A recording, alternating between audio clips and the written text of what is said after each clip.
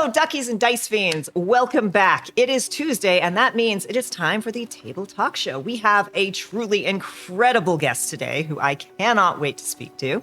But first, let's do a quick rundown of what are we doing here? Why are we here? Candace, who the heck is you, and what the heck is we doing here? Hello, everyone. I'm Candace, also known sometimes as Candace the Magnificent. My pronouns are they, she. I'm a TTRPG performer, streamer, VO artist, as well as a bunch of other stuff. I am very excited to be here today, sharing this space with both Kay and Hannah. And yes, I am Kay. I am your usual co-host here at the Table Talk Show. We do this every Tuesday. Normally, we do a bunch of other stuff, but as a lot of you know, our resident Ducky is out of commission, and we hope to have him back soon. Thank you, everyone, for hanging out. We've got Domokame. Thank you, Rex, for the Domokame. I'm sorry, I will get it right. We have Rex for, thank you for the resub. We've got Faison hanging out. So thank you all so much. You might have seen in the adverts, there's something new and Star Wars-y coming up in my future very soon. So I will talk more about that, but later, because we are here to talk to the incredible Hannah Rose of Wildmage Press. This is the Table Talk Show, where every Tuesday we talk all things TTRPGs, from indies to intersectionality.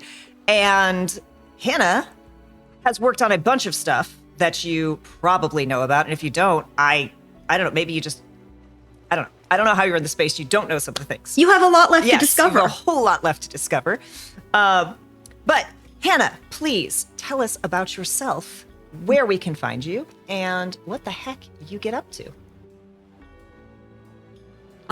All right. Well, I'm really excited to be here. I am a TTRPG designer, editor, stumbled into doing some art directing and layout, and then founded my own company. So together with my co-founder, the amazing Clara Daly, we run Wildmage Press, which is a new TTRPG publisher, and our flagship project is Horizons, a magazine for 5th edition and other games.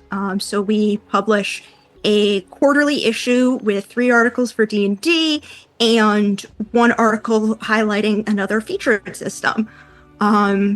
We like games, we like nerds, we like making nerd stuff for nerd games. And you might have seen my work, as Kay alluded to, in a handful of official Wizards of the Coast D&D books, with Critical Role's Tal'Dorei Reborn, Explorer's Guide to Wildmount, Call of the Netherdeep, and a handful of other projects around the DM's Guild. Worlds Beyond Number, got a few other exciting things coming up soon. Yes, Candace knows. I don't think you got quite the vomit that some other people did, but I used to review TTRPGs for a blog, and I got to review Tal'Dorei Reborn, but Call of the Netherdeep broke my brain. I was like, I have never seen an adventure book like this, and I want to run this so badly. How am I going to find the right people to run this? And then I got in my head about it, and I never got it done, but I want to run that game so badly. Or played it, or just played it. We should talk about it. I have a lot of thought. I ran the first half of it with a group. It was very fun. All fam group was very fun. And yeah, I really enjoyed running it, but also had a lot of thoughts about here's what I would do differently next time, from the experience of running this. Because it's hard to playtest full adventure books like that. Again, I was reading it, as I was reviewing it, I'm like, this is so gorgeous and so well done. Hey, Tom, welcome in. I'm like, this is so inspiring to me as a GM, because I'd never seen a thing like this. You run an entire, and then I'm like, oh, only certain kinds of GMs can run this, because you are running an entire party of NPCs. You are an entire foil to the other team, or to the main party. I had so much fun with that, though. I had some rules for running them smoother in combat rather than running 5 different stat blocks all the time. Usually Gossaria did his own thing because he was the favorite, and ended up dating one of the player characters, but then the rest of them would kind of act as a unit. That makes sense. Yeah. I won't say too terribly much more, because not everyone has played this and not everyone has read the adventure path, and they might want to be surprised by what goes on with the rival party. But it isn't an... I was so inspired. Poor David had to listen to me. I'm like, I can't say anything because it's not out yet. But... I like a rival party idea, though. That concept is so interesting because, like, even if you are going to make, and I don't know if anyone's already done this, I feel like it must have had to have happened. And if not, we have work to do. But I feel like having like a separate, instead of the DM having to take on that role, like I've been having a lot of fun having people come in as playable NPCs, like for me. And that's something that I've also done at the table, co-GMing with someone, like the GM did their thing, and then I was like the GM NPC as like a separate entity. And I feel like that would be a really awesome opportunity for something like that, with that kind of storytelling. Like that's super duper cool. I love that kind of thing. I feel like there's a lot of innovation that happens in TTRPGs with like content, but not necessarily with like play style and ways in to do things differently. So that really, really intrigues me. I think that's amazing. Yeah, I have to be careful in saying this because it's not out yet, but there was maybe a time when Godplane was run and David played Tazik. Oh my gosh.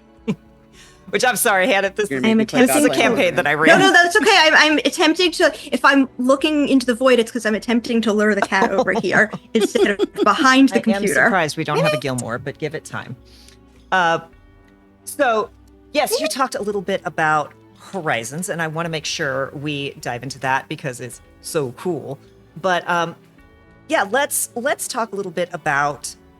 We have a lot of folks who hang out here who design their own TTRPGs, who are trying to do Kickstarters for their various things. And do you want to discuss the thing that you mentioned right before we went live? Or is that something you'd just like, a topic you'd like to avoid?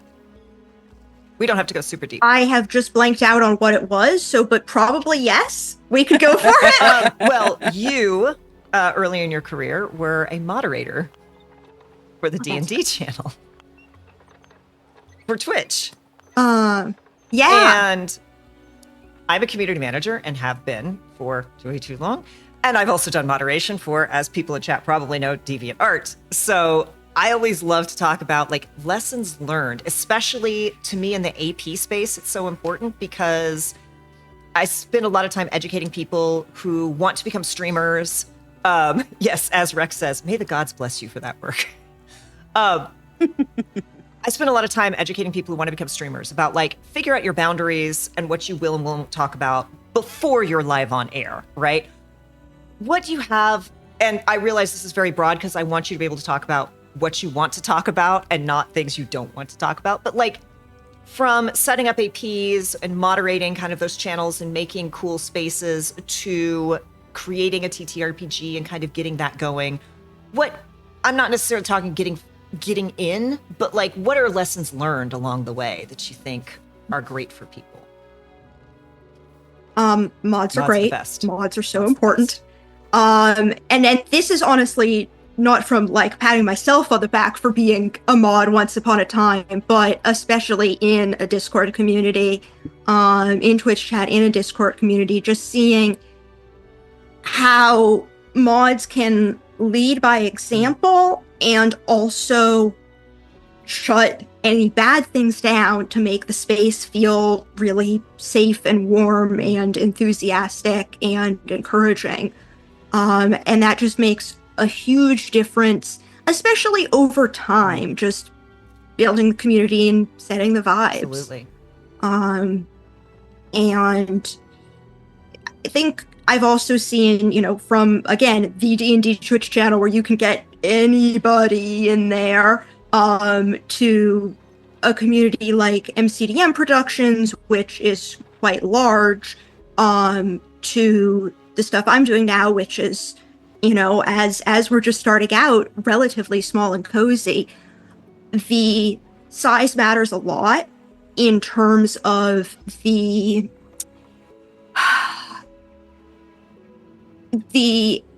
energy and I would say the boundaries you want or need to set, because I don't want to set an expectation in my Discord chat that people can, I mean, for example, I have a rule in the Discord server that people cannot ping me or other members of staff. They can't at me or other members of staff.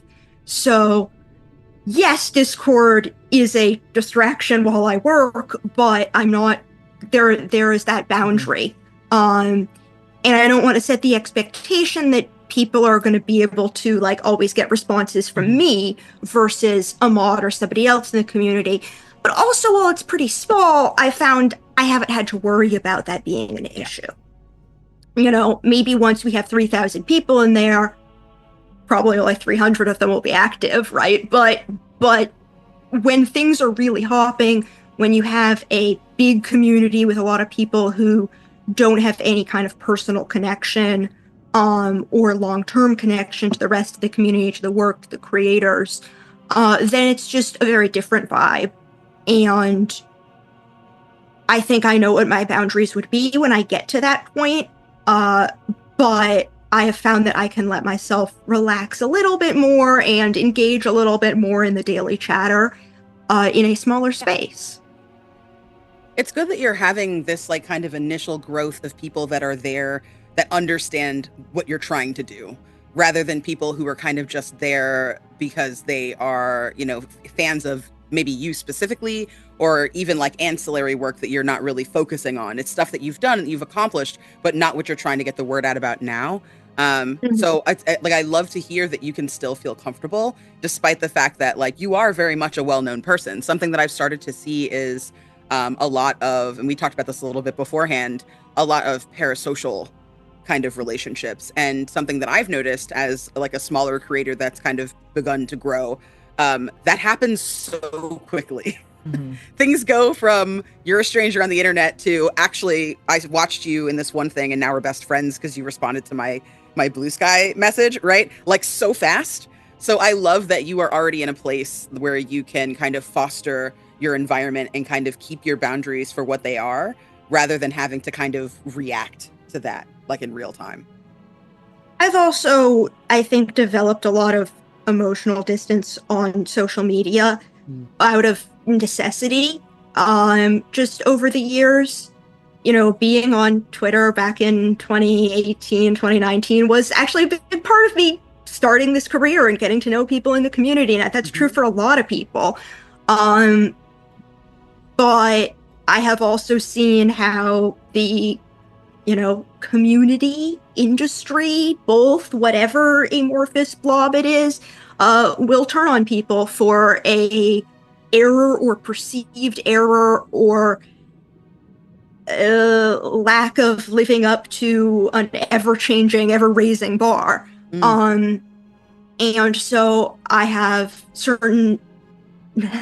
I've cultivated some emotional distance and lack of expectation of people online, and try to be pleasantly surprised when people are, you know, that I'm pleasantly surprised when people are lovely. And, you know, we can't do this on Blue Sky yet, but on Twitter I had my no notifications for people who don't follow me. Like my notifications were set to mutual followers. Sorry, my notifications were set to people I follow only for years. For years and years. And that was just such an important part of my mental health, being a professional on social media, was if I went and looked in the comments, then I was making that choice and was mentally prepared to some extent to go look at the comments. But they weren't getting pushed in front of my eyeballs. Yeah. And we in the community management circles I grew up in, we always say like, thick skin, soft heart, which is the hardest thing to cultivate. Yeah. To do both at the same time. That's different than advertising, which is like thick skin, no heart. That's the world that I sat there for in an advertising agency for 6 years. Like thick skin, big heart. No. Okay. Thick skin, one click. Heart. Yeah. No. Yeah. Yeah, exactly.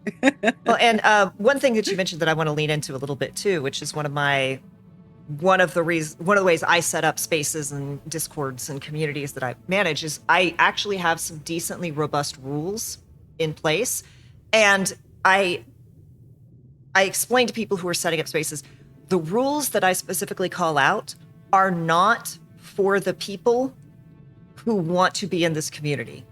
The rules are there for the people who are going to come in and try to push the boundaries, push buttons, see what they can get away with. I want to make it very clear who and what we allow and who and what we don't.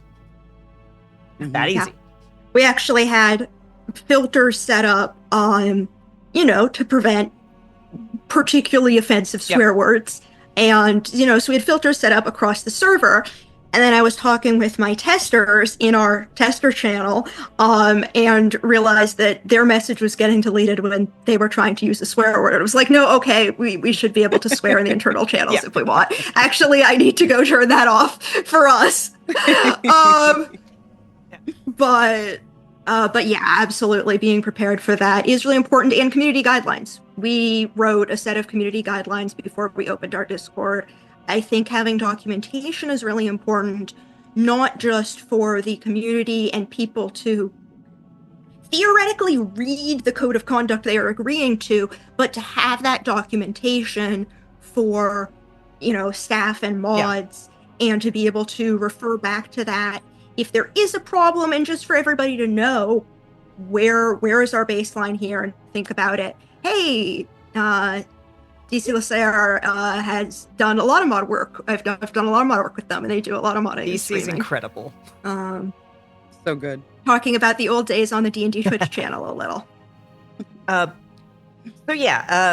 Anything else you want to? I mean, obviously we're gonna wander around now that chat is starting to pop in. But any other stories or ideas or concepts that you want to make sure we talk about of the good old scary days? I'll let our notes in chat take us where they will. Brilliant. So yes, tell us about Wildmage Press and about Horizons, which is the second issue is out, right? Yeah, second issue is out now. We have no rules about centaur questions. Hannah has been warned. Every guest gets warned about centaurs. No rules about centaur questions. Maybe if we're good, I'll even allow existential questions, but won't encourage them. That means you have to behave, Matt. I would prefer centaur questions to existential ones. As I mentioned briefly, Horizons is a quarterly TTRPG magazine. In the grand tradition of magazines like Dungeon and Dragon and Arcadia, which I worked on for a while over at MCDM.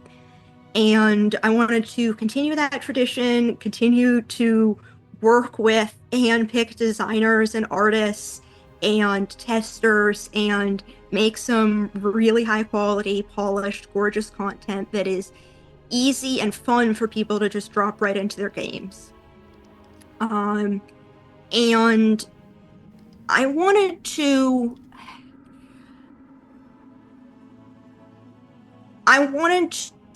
not have to put myself in fully in either box of the D&D people or the D&D is bad people.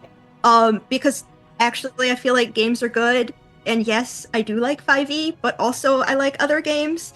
And so I didn't want to have to split and go one of those routes. So we are making stuff for 5th edition, which is still, maybe one would say more than ever, enormously popular, but also exploring and featuring and highlighting other TTRPGs. So Horizons 1, we collaborated with some folks brought some folks on for Pathfinder, which, in many ways, the other D20 system, very similar to D&D, but starting with another popular, strong-based system.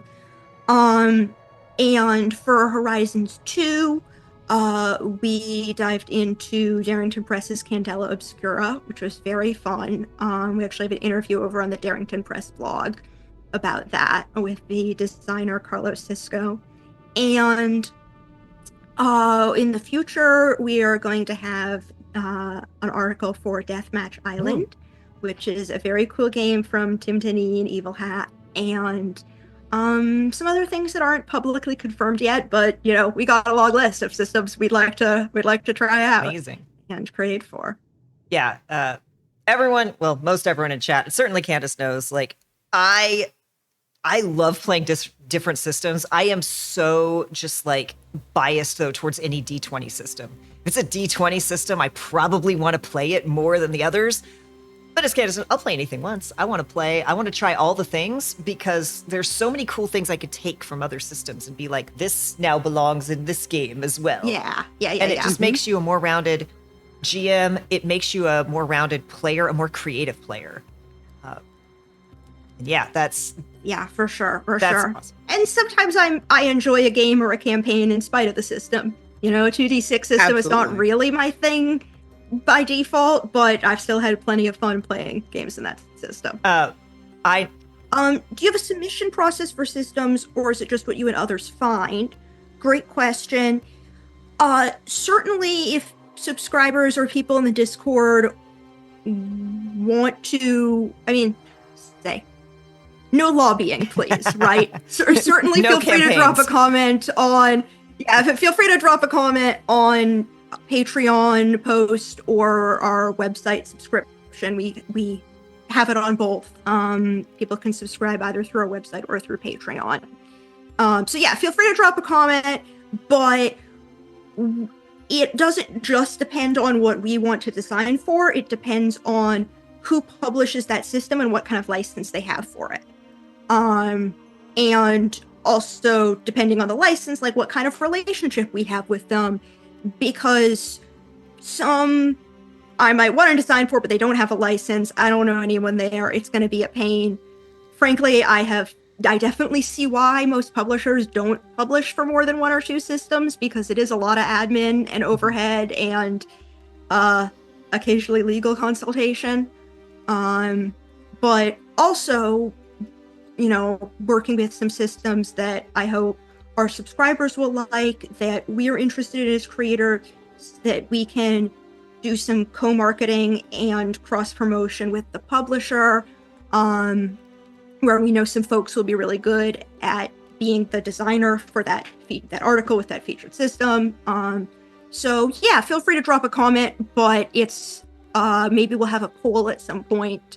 Yeah, I believe that a little bit of that is hopes that you would be interested in working with some indies, maybe designed by people in the chat. Well, yeah, that's possible.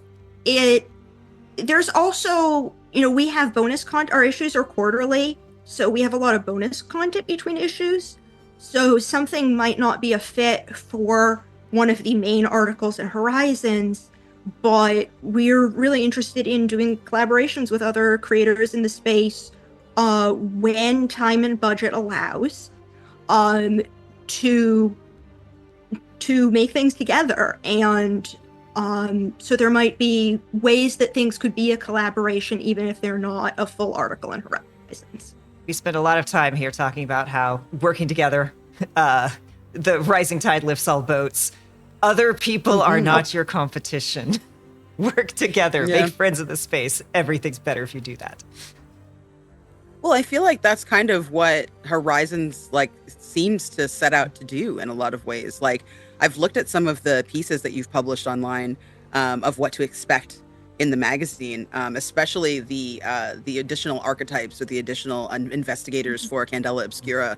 And it's such a wonderful and beautiful celebration, not just of that system, but also of the talents of the people that you find yourself working with. And it looks so, it's so obvious to me looking at it that you and your team have taken these really excellent bonds that you've made with people who know their stuff in this industry to make something so stunning. Like, right out of the gate, you're in issue number 2, and it's breathtaking. Between your covers to the interior art to your layout, everything looks so high quality and so professional and so beautiful. And to me, that just kind of speaks to your experience in the industry, right? This is an amalgamation of everything that's come before for you now that you're doing this yourself, right? And the experience is not just, okay, I know how to do this, and I know what this should look like, but it's also the people. Yeah. It's somebody like my co-founder, Clara, who knows an incredible amount about illustration and layout and web design and marketing and communications. And being able to work with her and being able to hire amazing illustrators, playtesters, being able to know and handpick those designers or get recommendations for designers, even if I don't know them, and handpick designers, allows me to do something that I can't do if I'm just one person creating by myself, right? I could have Hannah Rose's design page, I could have the Wild Rose Mage Patreon and drop D&D content every week, but it's never going to be as good or as polished or as exciting or visually interesting as what's in Horizons. And it wouldn't be as fun for me to work on by myself. Yeah. It's so interesting how TTRPGs are such a team sport. Like, I have a friend that, shout out to Cassie Mothwin, who does really fantastic single player games, right? Lots of solo and sometimes duo games. Like Tangled Blessings has like a duo format where you can play as both the student and the rival. And I think when I was a judge for the Ennies, that was the first time that I ever, oh my goodness, a cat! Hello! I had to lift her out from being between my computer and my mic. Oh, what a sweetie. Hello. Oh my goodness, your coat is so fancy. She's so pretty and she knows it. As it should be. Exactly. I do not remember what I was going to say. This cat is so beautiful. It is okay. It's more than worth it. We are big cat fans on this channel. Yeah. A beautiful cat can derail my entire day. I love how she's just like, happens this to me is constantly. I am here. I'm leaning my face into you. You don't want to show off for the camera? No, pet me. You don't want to We show would off? love to see you, but you only if you want. Oh. Look at you. What gorgeous eyes, what a too. Special look at the Look at that lady. Multi-beams. Show off your multicolored Toby. Oh my goodness. Hello. Anyway. Yes, that's a cat who knows they're gorgeous. Yup. But yeah, absolutely. Go. Oh, I remember what I was going to say. Say it. It was about how TTRPGs are inherently a team sport. Even solo TTRPGs. I wrote for her solo TTRPG. She had released Tangled Blessings and people really enjoyed it. And they wanted more content to spend more time. It's dark academia, so to spend more time in Blackroot Academy. And so she had they posted a call to the community of like who would be interested in coming and writing something for this next book of electives, basically, that I'm going to be coming out with. And I remember just kind of going at it like Cassie and I have been friends before. We've done a charity stream or two before. Like we're common between each other. But I had never really worked with her before. And there's such a different experience in working with someone that you already respect, someone you already know, you already understand that they're gifted, right? But seeing that in progress is like some whole other thing. And even when it's a solo TTRPG, it's still a team sport. There's still a bunch of people behind the scenes that are working to make this happen, right? And that's not to throw shade at people who do it solo. There are some solo designers out there that absolutely kill it, right? Yeah. Fantastic. But I also love the way that TTRPGs bring people together, not just at the table, but also behind the scenes. So it's really good to like hear that from you and to see that and how it's evidenced in the work. I mean, if y'all haven't looked yet, please head over. Hannah has some pictures of it on Twitter as well as the website. Absolutely breathtaking stuff. Yeah.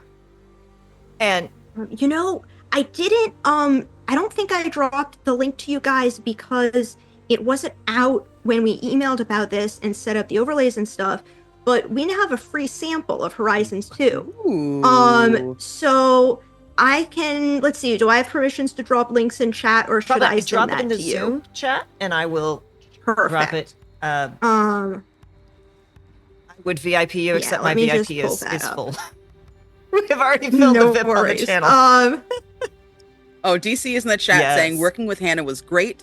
Definitely take a look at all the things she does. Not paid for this endorsement.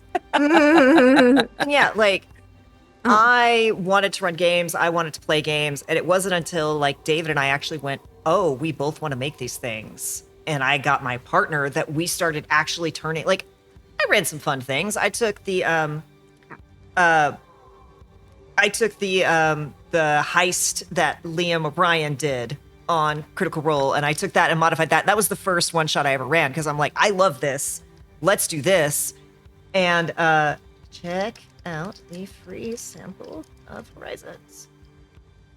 And that was great, and it was fun, and everyone had a good time, and I'm looking to run it again. I'm going to run it for Candace.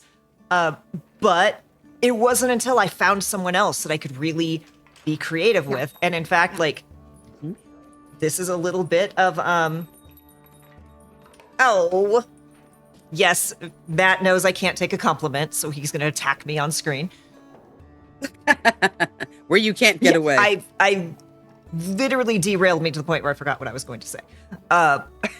Gosh, dang it. Oh, part of the reason... You were saying that you couldn't get there until you found a creative partner that helped you streamline your process. And then it was like, oh, I know the kinds of games I want to play and run. I know the kinds of people I want to play with. And it was like, I got so tired of just like applying to an AP and seeing if I got in and then seeing if the people there were people I wanted to work with. Because this was no one was saying, here's the other people that we're reaching out to at that point, right? It was just like, you show up to the session zero to find out who's at the table with you.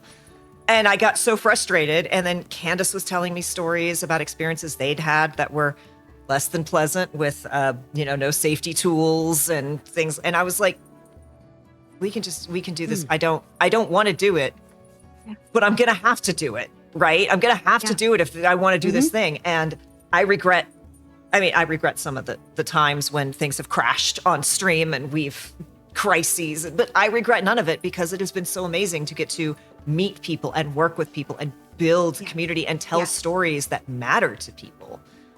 It's incredible. And do things not the way you want to do them because you want to have your way, but do things because you see that there's a better way to do it and you want to put that into practice. Absolutely. Yep. Which again is an example of the whole reason you're on this show. Was I woke up one day to Hannah Rose retweeting my Lines and Veils document going like, this is a great resource. And I'm like, oh my God. It is a great resource. As I told you in my email too, it was like, I'm playing in a Daggerheart campaign and it was a play test that became a, so GM, you're gonna keep running this, right?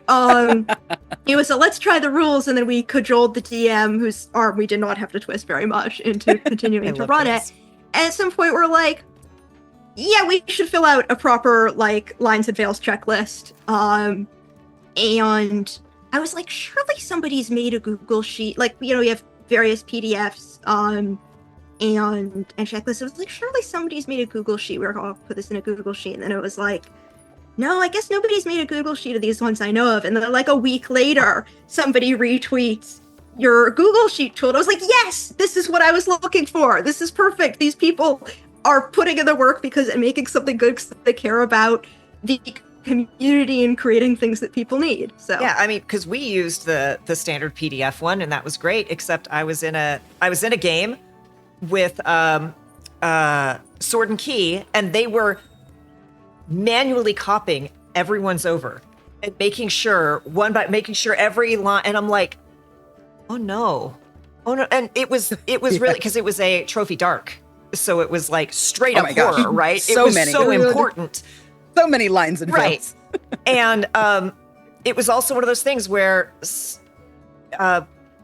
we in the session zero we had the conversation of like, because Sword and Key does great session zero safety stuff, they're wonderful, and they were like, if this line or veil changes mid-game, let us know and we will update the doc. And I'm like, and it was great for me because I knew I didn't know we were going to get into a character background. Like, I didn't know how deep we're going to go into it. And I had a thing on my character list, character's background that was like familial abuse in the background was never going, but like, I was like, oh wait, if people are asking this question, I was able to go check the doc and confirm that like, it's a yellow, let me ask. Yeah. This is as far as I'm going to go, no further, right? I want to warn everyone. And I will find the cat. Give me just... it was that moment of like, people care, but they're doing too much work. Like, this doesn't have to be this hard. And that's Matt Mimics and Misfits. Help me fight some of the Google Doc magic and... nonsense. it has just made everything so much easier for me when I'm trying to put something together, because I can always reference it. People can update it as they need to, and it makes me so happy. Yeah. And I think having other players able to reference things is really important, right? There might be some things that you want to specifically feel most comfortable sharing with the GM, but you know, as another player, I want to know if there are limits when I describe how my spellcasting looks. And what my character is doing. I want to know those limits too. So Absolutely. hello. He has arrived. Hi, And now he's gonna show his Gilmore. butt. Okay. Modesty. His grace. So His good. beauty. Yes, he's a good Look at guy. him. With the A purple bow perfect tie. gentleman. Yes. And you can't see it, but his collar has the rearing unicorn. Ah, Mm. But yeah, like, I think more people should focus on that, honestly. Lines and Veils, not just for the GM, but also for the fellow players. That's something that I think I'm starting to see at more progressive tables. Like, some tables are just, you know, they're just coming up with safety tools, right? They're like, oh, I'm new here. Just found out about this, and it's adorable. and great. But like, for me, I came from, before I was streaming, I was doing home games. And the GM that I used to have for my home game loved doing nothing but horror, right? It was pretty much all horror all the time, which, like, I'm a gore hound. I don't care. Lay it on thick. Get as gross as you want, right? Like, my standards are pretty loose when it comes to, like, blood and gore and stuff like that. So I was never offended at a table. But once I got into streaming, I realized that there was such a need, not just for us, but also, like, as a GM, not just for the GM, but also for the players. Like, I had a player in my game that was the girlfriend of somebody who I gamed with regularly. Like, she was very new. She had never played a TTRPG before. All of us, it was during the pandemic, all of us signed on to hold her hand through it and teach her how to play the game and everything. And it went really, really well. But I was running like a Stranger Things style game. And we found out, I want to say it had been a year into the campaign, that she was sensitive to hardcore supernatural things. So, like, there was a scene where there was a Ouija board. And everybody was like, ooh, Ouija board. And out of character, she was like, oh no, I'm not doing that. And everybody was like, you're not doing that, or your character's not doing that? She's like, both? Neither? No, I don't do that. I'm not doing that. And as the GM, I was like, okay, cool. You know, no big deal. Like, that's fine. The whole session completely planned around this Ouija board and what's about to happen to these people when they use the Ouija board and inevitably somebody fails their save, right? Like, there was like, I had a whole session planned. Like, we're at the top of the session. I've got like 3.5 hours and I'm like, that's fine. You go to a different part of the library. A new tunnel through a different mountain. Yes. Oh my God. Like, I was so lucky that it wasn't like, if it had been a dungeon setting, I would have probably just been completely screwed. But because it was at a library, I was able to say, you go to a different part of the library. You see a glinting light. Do you go check it out? She was like, yes. I was like, okay, great. So then I'm running this like heavy combat for all of my other players. And then she's over there investigating this weird glowing light that stings when you touch it, right? Like, it was so intense. And I was like, how could I have avoided this? Like, how did I get a year into a campaign and not know this person was sensitive to this? Like, that's crazy. And I think, like, the longer that I've been in this, like, more of a professional setting and have had to think about safety tools professionally and use them professionally, that's when it started to finally click. Because, like, even her boyfriend, her partner was at the table. He didn't know that that was a veil or a line for her. The person who arguably knows her the best was like, wait, what? Right? So sometimes it can be hard for people to even think ahead of themselves. So even like that, the fact that your list is so comprehensive, I find that even if because there's room obviously to add things that are not already on the list, but I think the thing that I really, really love is that it gives you a thought starter and a conversation starter with your table to dive into, where are these boundaries? How firm are they? And what do other people need to know, right? Like, if you have an issue where you select orange for pregnancy and there's another character who's pregnant, to what lengths is that okay for you personally? Let's talk offline and then bring that to the table when the GM and the player can have that conversation, so that that player knows where your boundaries are for their character with your standards as well. And I think that that's a conversation we don't have enough. It's like when other players need to know what people's boundaries are and why, right? It can be really hard to trust enough to be honest with your boundaries to players, especially if it's like a charity stream or something where you really don't know people. Mm-hmm. But I feel like the more trust you put into it, I feel like the better outcome it is when you have something that is so specific, like those lines and veils. Mm-hmm. I think, we're humans. We like putting things in boxes with labels Yeah. on them. So having that structure creates a language and creates a way to say, oh, I feel kind of iffy about this. Well, how do I identify, or let's talk about what about it is iffy for me. Okay, I'll label that and put it in a box. Then everybody checks or doesn't check that box. And that structure is really helpful to, as you said, even starting to think about it and then also being able to talk about it and return to it whenever. Yeah. Well, and the reason Matt was saying the added levels are excellent. The teal, actually, I took from Sword and Key, and then I was like, I'm doing orange because I have, folks who hang out on the channel know, I have a really bad dog phobia. I do not want to interact with your dog, fictional or not. I don't want to do it. I'm happy to fight a dog, right? Like that's fine for me. And so I was like, I want the orange because I don't want anyone else to not have if you have an animal companion that's a dog, great. I'm just not going to interact with it, right? That's fine. I don't care. Just don't. I've had a GM who told me we could not progress until I petted the dog. And then I had a GM who knew that I had a dog phobia who was like, and now you have a corgi. And I'm like, not interacting with it. He's like, look, it matches your character because I was playing a tiefling. It's like the same color as your and I'm like, I'm not interacting with this, right? So I'm like, just don't have it. I just don't want to interact with it. And it's actually resulted. So I've had several tables where they've tried really hard to be like, you don't get to know whose boundaries are what, right? We're going to respect all of them. And I'm like, every time I'm like, y'all, I end up speaking up. I'm like, I'm the one with the dog. You can have a dog. I just don't want to interact with it, right? Because I understand people being like confused by it. And I'm hoping we haven't lost Hannah. We might have. Internet. Oh, I can still hear. Issues. Yeah, internet is very grumpy with you. Of course, the greatest time for You're fine. Okay, there you're back. Oh, you're back. And so you're good. I can see the cat, so I can see both cats, so it's not their fault.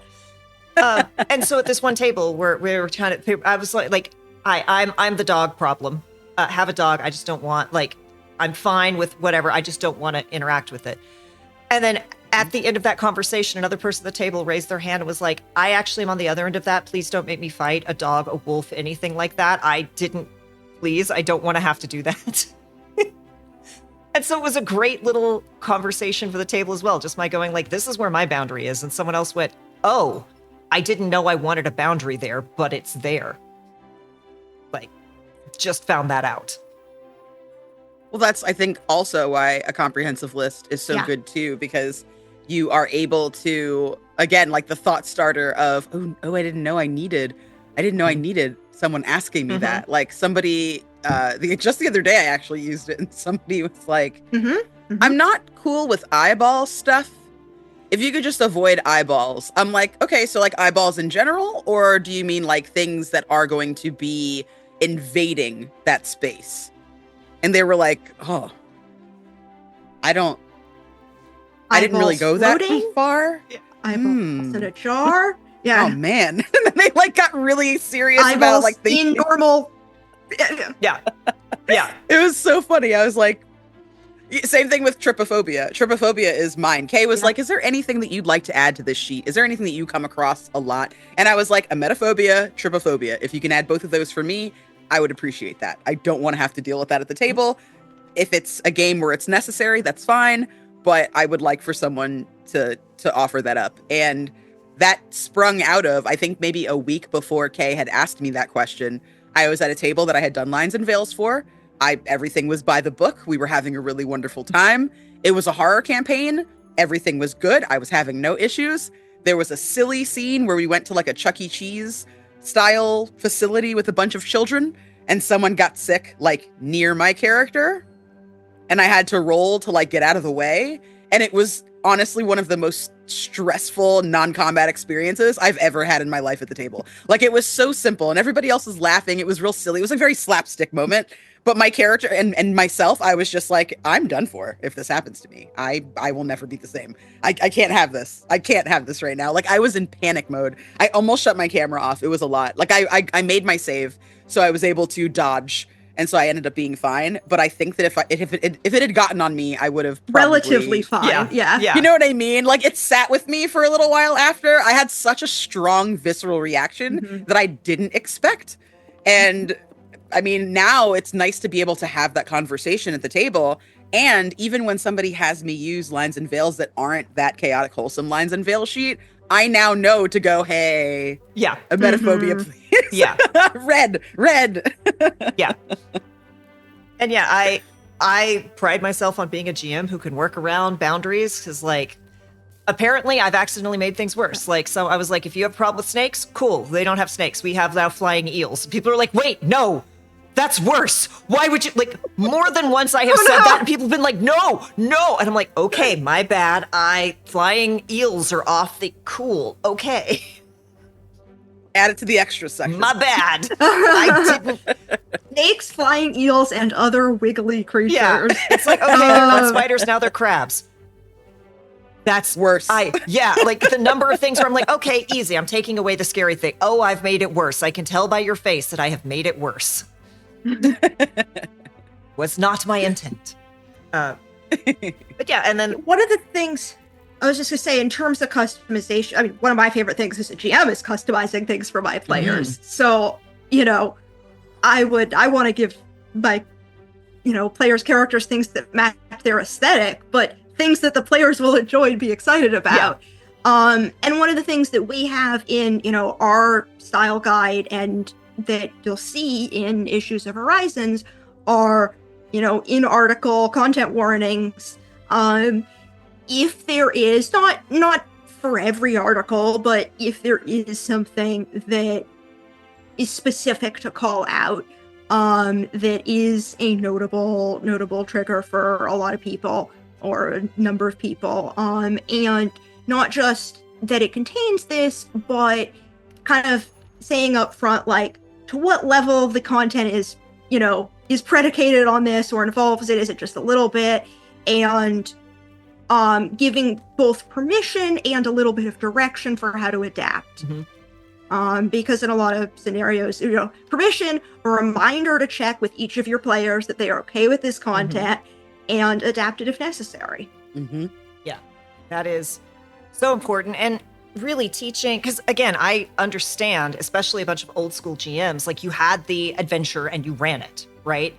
And it's like teaching not just the importance of why you should be able to adapt things, but like the mechanics, like, how do you do this and what are options, like, because not everyone, like, I'm like, oh, we can change it, let's change it, let's customize it, but not every GM works that way. Like I was saying, not every GM is ideal for Call and of... you have a lot to do already as a GM. Oh yeah. And Yeah. So just giving people the skills, the very basic tools of, like, here's how to ask this, here's ideas for how to adapt. And just the thing that I'm always stressing, which I'm so glad other people are stressing it out too, is, like, talk to your players. You don't have to be the secretive GM sitting behind the screen. Yeah, it's shoulder cat time. Gilmore, that's so impressive. Do you want to lay down? You match lay the down? mic. No. No. Okay. Yeah, it's collaborative storytelling. Yeah. And, like, there was a moment in, I forget which one it was, but it was Lauren, Obo Lauren Obo. Lauren Urban, I was gonna say. And I forget the GM's name. His face is in my head, but she's playing Okira. Yeah, probably Adam Bradford? No, No. Todd. No, I'm so annoyed with myself. Todd Kendrick? Yes, Todd Kendrick.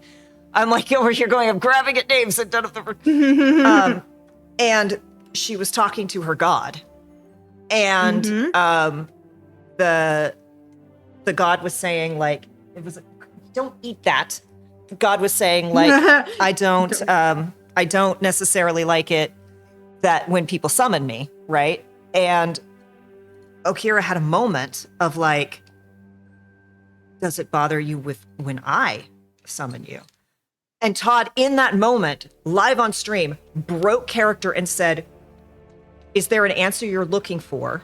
Like, is there an answer you want, or are you okay with whatever answer I give you? And she was like, I'm okay with whatever answer it is. I think I know what it's going to be, but I'm okay with it. And that was so powerful, because it was like, this is a moment that could make or break this entire character. Hey, Nicole, welcome in. Like, and it was just so cool to see that moment of, this didn't break immersion. It didn't break the moment. If anything, it made it that much more special, because the GM cared about both the player and the character. And it was like, That's beautiful. Yeah, it was great. And as it turned out, the answer was, I don't mind it when you summon me. And it was, Uh-huh. it was, Aw. Yeah, Yeah. that's so sweet. So affirming. yes. I have a question about Horizons, actually. I don't mean to break us away. Please do. Having Get us this back. really I love awesome Get us back discourse, on but- track, Candace. No, I mean we weren't really off track. We haven't been too bad this time. really We've had haven't. some Distract us more, catastrophe chat. moments. So like basically I wanted to talk about like what Horizons offers. Like if there's anybody in the chat that might be unfamiliar with it. I know that you said that you all lead with 5e content, which like in my experience, I have a ton of 5e books in my house. I have definitely ripped things from 5e and used it in other systems, because all the information I need is right there. And then I just come up with whatever stat block for whatever I'm running. So just extremely useful to have adventures, locations, characters, like NPCs, monsters, stuff like that, especially for anybody that does start playing games. If you have start playing games, you're going to need eventually to come up with some monsters and some other stuff for these people that come to you every single week, sometimes multiple times a week. So that alone, I feel like, is obviously worth the subscription fee for the subscription cost. But this deck of many thoughts, the nerdy op-ed column, can you tell us a little bit more about like what goes into that and what subjects you might talk about there? So the Desk of Many Thoughts, which was named by my co-founder. So good. So good. So good. For an op-ed, like, Yes. When I was working on Arcadia, we had letters from the editor. So when I was running Arcadia every month, I had to come up with a topic that would relate to some or all of the articles within the issue and say something interesting and profound, and write about that and, give a brief blurb for each of the articles. And I mean, I like writing a lot, but that was kind of stressful to do every month. Oh, yeah. And it was such a solo, isolated task compared to everything else that's all about the collaboration. And one thing I've noticed in the TTRPG industry, and Kay, I'm interested to hear maybe your perspective on this, having done reviewing work, is that a lot of the articles and blog posts and journalism I see in this space, a lot of the blog post stuff is design advice or GM advice or both. And a lot of the journalism is, these people made this product and here's what's in it. And there's not always a lot of analysis or true opinion beyond, I like this. I don't think this is balanced. I might like it, but I would change it for my day. There's just not a lot of discussion. A lot of discussion and analysis that, not necessarily at an academic level, right? Because you have M. Friedman and other people who are studying TTRPGs and studying actual play, and that's awesome. And I think that's really interesting from a layperson's perspective. So I wanted a place for things that are writing, prose writing, that is not game content, is not just GM advice. Certainly in Horizons 2, the op-ed we have, I would say falls under the broad category of GM advice, but is,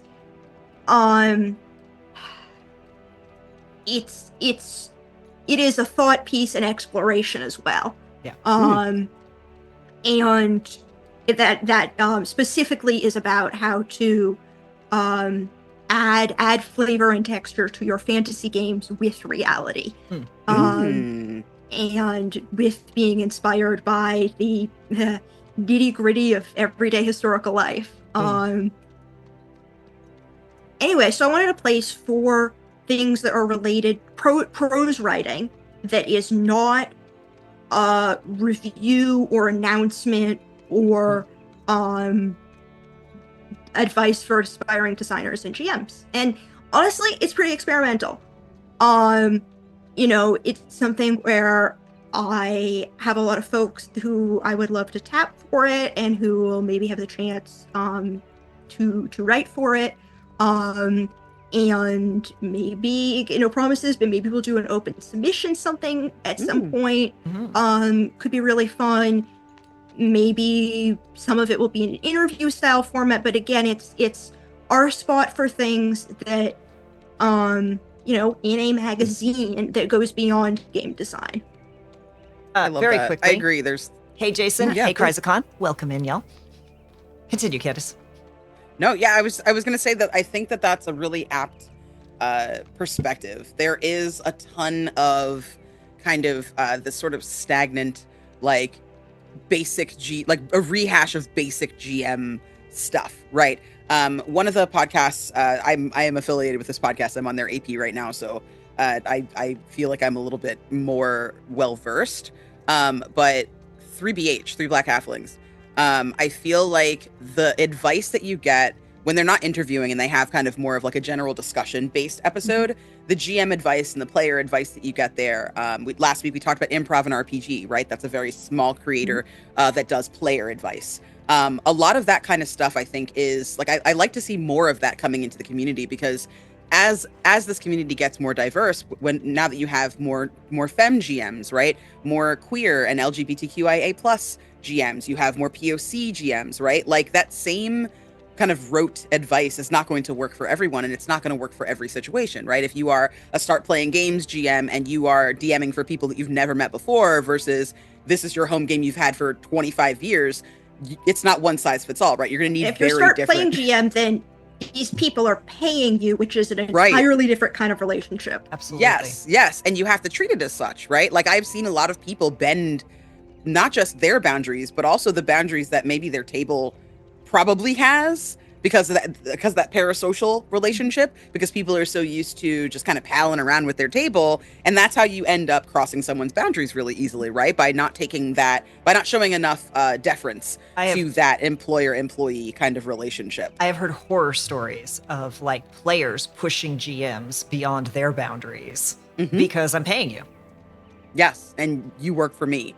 Yeah, so I think having that like open space to be flexible in what you want to say and not have to be kind of sewn in already to that very basic, well, you know, you're a GM, here's some tips, right? Like even the books that I've seen some publishers come out with that have like essays and stuff like that from GMs, like they're not bad, but like it really feels like it's something that's designed for somebody who is either extremely new or somebody that's like way more seasoned, right? It's like two tent poles with nothing in the middle. And I like that you guys don't even try to necessarily go there. Instead, you offer an additional perspective to the work and a retrospective on the work that's contained in the actual magazine itself. Like, I feel like that's really positive because it kind of continues that through line of thought starting, right, within your publication. That's really cool. I love that. Honestly, you could say that the Desk of Many Thoughts is a space for the kind of writing that I wanted to do as a nerdy high schooler, but certain English teachers hated because I wasn't beating them over the head with a thesis sentence every paragraph. Oh my gosh. You know, I just want to let people ramble about cool stuff. And I get to a point and like, you know, Clara and I wrote the first op-ed. We wanted that to be from us and our like, welcome to the community, and here's something we're interested in, here's what this is all about. Claire and I wrote that, and one of our wonderful editors, Sadie Lowry, helped me make it coherent when I was, you know, tearing out my hair and being like, does anybody understand what I'm trying to talk about here? Do I have too many footnotes? But but I didn't have to feel like, this is a formal persuasive essay or this is an academic paper. But also I can have some both serious and fun footnotes. Yeah.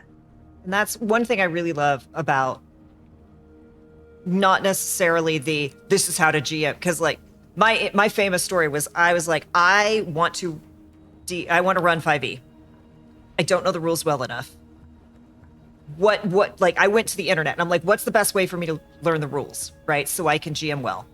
And all of these incredibly well-meaning people, and I understand exactly what they were saying, but immediately they're like, don't worry about the rules, take an improv class. Yes. And I'm like, yes. That is not what I'm asking for. I need to know, some of these basics that I have I learned to play 5e by watching Critical Role and Shikar and all of these actual plays. And I can sit down and read the whole book, but like, that is actually not the way I learn very well. So by reading straight through from cover to cover. Yeah, exactly. Like it's not the most infatuating read. It's not invigorating. It's not that exciting. Yeah. Which is a challenge as a creator because, right, I don't sit down and read a book from cover to cover. So as a creator, right, I want things to be well organized. I want them to flow. When I am designing and editing in general, I am reading from start to end, but I know that people are not necessarily going to engage with the content in that way. And Candace, you touched on earlier, right?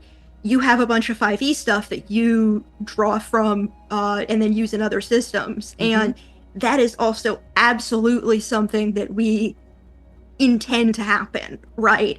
I don't want to create system neutral content because that deprives it of the opportunity to have a lot of crunch and texture and specifics that are very useful for people. But a lot of our content is also either very easy or entirely possible to adapt for other systems. So like in Horizons 2, we have an article written by James Introcaso of some traps. The new 2024 DMG has a new format structure for traps, and I looked at it, I was like, this is really cool. I like the way they've structured this. This was an improvement. This is a good idea. These example traps are good, but they're here as examples. What are some more things we could offer people? And so James came in with his brilliance and wrote a bunch of new traps.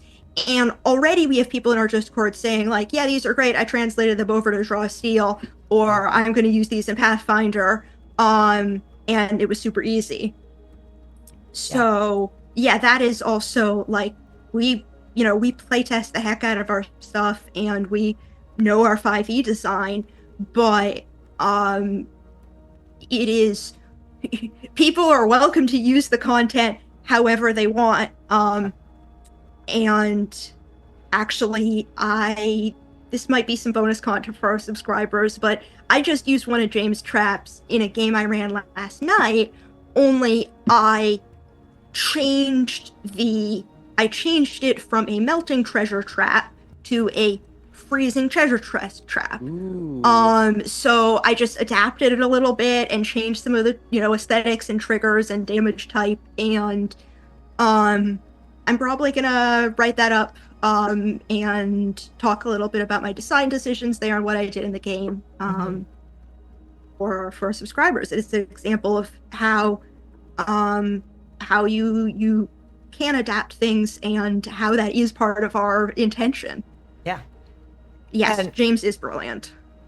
Stealing from, we said this before, stealing from other systems and adapting them is like, I play, my longest running home game at this point is an Actung Cthulhu game from the Modiphius system, and they have, and look, I play a lot of archers in 5e. I just do for between rangers and rogues and all that, like lots of crossbow bolts, lots of arrows, and by and large, we've just like thrown out the note keeping on that, right? You don't have to track how many arrows you have, how many have you shot. I always tell people, like, if you just start firing arrows into a village of innocent children, I'm going to start tracking your arrows, right? Like, there will be consequences. But so long Got as you're bigger problems there. yeah, so long as you're not being unreasonable, I'm not going to be Right. But Modifius has a brilliant adaptation where regular attacks are just regular attacks. You can boop, boop, boop. But they do have you keep track of a small number of ammo for salvo attacks. And a salvo attack requires you to use a bullet or an arrow, but it does extra damage depending upon the kind of weapon. And I'm like, oh, this is how I can add a little bit of crunch and like Yeah. strategy Just to 5e. customize it to just the right level of crunch Yeah. that you want without tracking rations to the extent that it is extremely annoying and pedantic. Yeah. Exactly. Yeah. Like if we can do that where it's like, ooh, okay, yes, you have 5, you've got unlimited arrows, but you have 5 salvo attacks, right? And keep track of that, and then you can restock those arrows. But if it's a limited thing, that makes it so much more fun in combat. And again, how you were talking about, I'm backtracking a little bit because brain is I'm gonna going backtrack brrr. too. But like talking about the Descamini things and kind of talking about when you talk about things and you don't those were some of my favorite moments out of it's not Adventuring Party, the Dimension 20 It's Adventuring Party. Adventuring Their Party. talkback show. I think it's Adventuring Well, Party. they've got the talkback show, but then they've also got the where they just one-on-one interviews with Brennan and the other people. I think that Dylan was I feel on like it. I feel like that is still Adventure It might Party, be the isn't same it? thing, which is confusing, but some of those conversations where it's like they ask a question. It's like, what mechanic about 5e do you like love, hate, or something like that? And those conversations have come out of it have been so great because like the whole death saving. Every conversation with Brennan is so great. This is true. But there have been moments where I'm like, yoink that mechanic just from that conversation where it was like someone was like, death saving throws should be private. Only the player who rolled it and the GM should know what it is. And then there were whole talks about, okay, caveats maybe if you are a life cleric, right? Or a grave domain cleric. Okay, you are in tune with life and death in that way, but like how much like or trauma. do you let another player make a check to maybe not, it doesn't take an action even bonus action, make a check to see how fast they're bleeding out. Jason says love he doesn't like tracking ammo, but the cascading dice method is also, yes, that is a good one. And that's another reason we wanted to feature other systems in Horizons, right? Is that if you love 5e and want to play 5e and feel like, okay, you've got your weekly or bi-weekly game, the dream, and you don't have time to try out, 6 other systems or convince your players to play all these other systems, well, you read an article that talks a little bit about the system and links you to the quick start rules, and maybe you'll get some ideas and inspiration from that too. It goes both ways, right?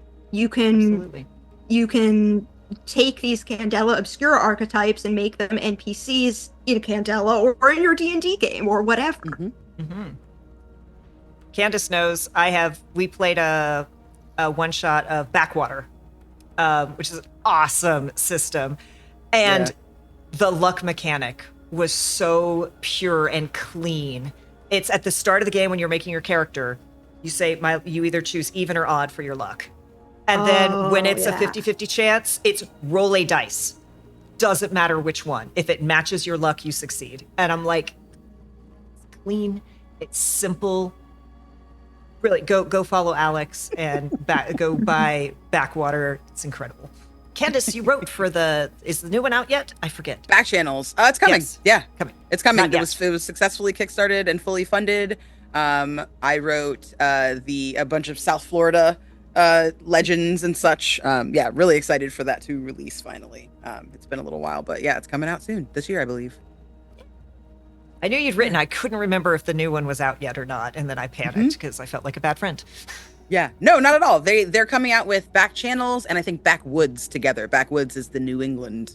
So basically, Backwater, if you don't know, Hannah, is it's a system where you are set in an apocalypse, like a post-apocalyptic future, but the apocalypse that happens specifically in America, and there is almost like a backsliding into like alternate history. So like in this future super. world, there's like buildings and stuff, like in Planet of the Apes, where there's like buildings that are covered by plants, and like a mall is broken down and there's like rubble and stuff like that. So all of that exists, but everybody's like pioneers, right? Like new pioneers. And you might go and meet somebody that is a disciple of the forefathers, the founding fathers, right? But their founding father lore is all messed up because they don't have like history books and internet. Wait, so like the present day, but you know.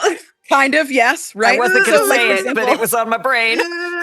For example, like Martha Washington is who they revere because they're like, that's who made all the rules, right? Is Martha Washington. So Martha Washington is one of the like deities. Abigail in the- Adams, I mean. you know, like Betsy Ross, she sure did sew a flag, and that's what we're founded on. So yep, Mhm. that's also Yep. she's also up there. So it's a very fun system, and they have a few different versions of it that are from like there's one for St. Louis, like the kind of Midwestern sort of area. So there's different regions across the U.S. that they have started to make games for to incorporate that into the folklore.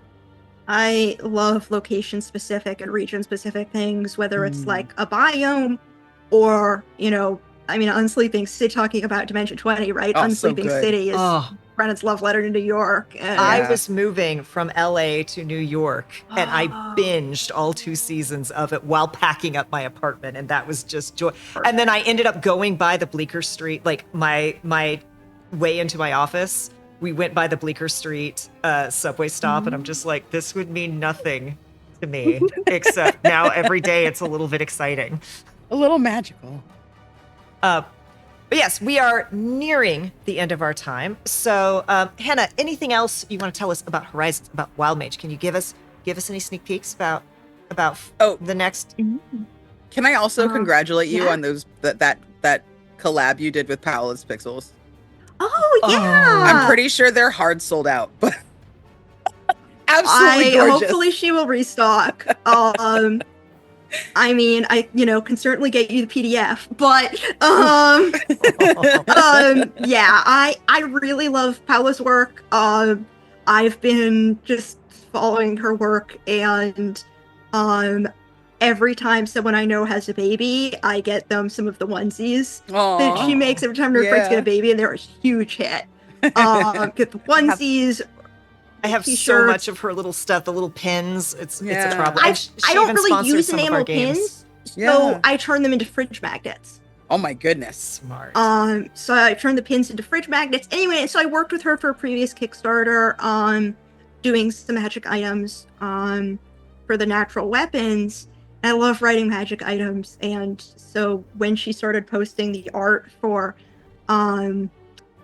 the floral weapons, I said, "Hey, you want to do a collab?" So that was really fun, and Yeah, the outstanding D&D work. aesthetic is right up her alley. And Mhm. I love how it embodies like both what she does already, but also Wild Mage. Like when I think about Wild Mage and I think about like the weapons that a Wild Mage would use, and then I look at those, I'm like it's very it's like, I hate to use such a corporate word for something that is so obviously brand? like handcrafted, but like on brand and synergistic between the two. Like when I think about that, when I think about a Wild Mage and I like picture that in my mind, and then I look at those pins and I look at those like pieces that you did, I'm like, yes, that's it exactly. Woo. That was the first time I matching haven't vibes. hated the use of the word synergize. synergistic. Yeah. Oh gosh, what else do I want people to know? I mean, I think we've obliquely touched on this, but we really care about treating our contributors well and paying them fairly. And as a startup, that does not come cheap. It is common that you will hear in TTRPGs that people can't afford to pay their contributors more, and we have to afford to pay our contributors, because that's how we work with these people who are amazing and get their best work and form the relationships with them that they deserve and that are fulfilling. So we really want to pay people well and treat people well and give them the information they need. A lot of our illustrators are TTRPG fans too, so, and players. So actually, our illustrator for Crimson Strings and Stolen Prayers even ended up playing in a playtest for that article, which inspired some of her art. Wow. And yeah, so we really care about that and believe in it, and that is part of our business plan and business strategy. Is to pay people well from the start, and that is made possible through our subscribers and the support there. So May, do you have anything else to say? May also appreciates people subscribing because the cost of cat food keeps going up. I don't know if you Yeah. Yes. But yeah, we have a lot of great stuff in the pipeline and on the drafting table, and are really excited for what the future will hold. Hell yeah. Well, again, cannot thank you enough for taking the time to come on and chat with us. I already put you on the spot for final thoughts for Wildmage Press, so I will give you a moment. And Candace and I are going to do our outros, and if there's any other final things you would like to say or shout out on our way out, I will give you that opportunity. But Candace, who the heck is you, and what the heck has we been doing here? And where can we find you, which I know is a dangerous question. Hi, I've been Candace. You might see me around the internet as at the Candace Marie on Blue Sky, and Twitter at Candace Magnificent everywhere else. You can see and hear more of me in a bunch of places. Right now, I would say if you want to see me doing things, check me out. It is not necessarily out there yet. Flyer is supposed to go out hopefully tomorrow. It's supposed to go out today. We'll see what happens. But this Sunday, the 23rd, I'll be running Savage World, some Deadlands over on Cadiosaurus's channel for Black History Month. You can also catch me in the Black History Month streams on Apocrymatic Unlimited over on Friday, the 28th, as well as the 27th over on Other Cider Studios, which is Ambrose's channel. Ambrose is a Crit Award winning GM, so I'm very excited to play this GM-less game called Wickedness with her and Sailor Scout Austin. If you want to hear more of my podcasting stuff, I cannot recommend One Shot enough, the One Shot podcast. Shout out to James D'Amato and Super Dylan. We played some Triangle Agency, so there's 2 episodes of that up, new episodes every Monday. And then you can also get through this season of City of the Black Rose Herald of Shadows over on 3 Black Halflings. We've got some fantastic guest stars, including Brendan Lee Mulligan, including Abubakar Salim, including C. Thomas, Caldwell Tanner. So we've got some really fantastic people that joined us for this season. And it has been really, really fulfilling to listen back to now that I am done with it all and it's all wrapped up. So yeah, if you're interested in that, please check us out. And I think that's it. And I'm Kay. I know what I know what I'm going to be listening to after I'm caught up on this week's Fireside Chat. So thank you. I hope you like it. Candace is a beast. Candace does all of the things, and we are so excited for them. Cannot up Candace enough. Also, did I just blank out? I didn't hear transmissions. Oh, frequencies. Or frequencies. Yeah. Every time I do that every time. I understand why you would say transmissions because, also a frequency. Yeah, frequencies is rad. If you are a creative person, which I think everyone in this chat pretty much is, and you enjoy existential crises and interesting anthology horror, I would recommend Frequencies. You can find it under Patchwork Productions wherever you catch your pods. It is some of the cast of The Atomless, plus myself, Sloan, Art Plebe, and Kappa Chris. It is a podcast about a group of friends who have a podcast, a college radio show that gets turned into a podcast and gets picked up by like an Apple or an NPR Music or like a larger conglomerate corporation. And what happens when you are creative and you have to monetize your art. It is very scary. There are 2 episodes available. The 3rd should be coming terrible, soon. Right? It's the worst. Yeah, it's going to make you feel anxiety. some type of way, but out of love. Yes. Yeah. I feel like that's half of indie TTRPGs, maybe 3/4. Mm-hmm. Yeah. Mm-hmm.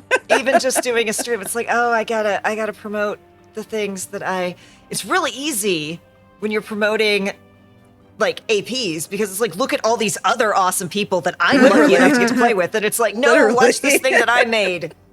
No. Yeah. I don't like it. Yeah, there's these cool people. I'm there too. That doesn't matter. But Yeah. these cool people are doing a thing. And there's a Gilmore. Yeah, Yes. it's always easier with cats. May, will you take some marketing photos for me? And yes, I am Kay. I'm your regular co-host here. You can find us here every Tuesday doing this. You can find me, which week is it now? Because we didn't do the normal week because it was high. You can find me the 28th over at Entropy Imperium doing the Weird Wires War with Brandon, the Himbo Drake Warden Ranger, who has a dragon who hangs out like this, and is also wearing a bow tie because B made them a bow tie of disguise. We've got more stuff coming up. Like I said in the scroll after, there is a Star Wars AP coming up that I'm going to get to play in, and I can't wait for you all to meet Bella. But otherwise, I'm hanging out here hoping to do some more video game streams and all that. Hannah, thank you once again for joining us, being an incredible guest and being such an awesome force in the space. Thank you again. And yes, any final thoughts? Outro spiel, you can find Wildmage Press and Horizons at our website, wildmagepress.com. On the various social platforms at Wildmage Press, and me at Wild Rose Mage, and those will generally link to each other in one way or another. Come hang out in our Discord, subscribe, just generally send good vibes and feel the good vibes being sent your way. This was a lovely chat and co-host to chat with, and May, I do love you even when you're a menace.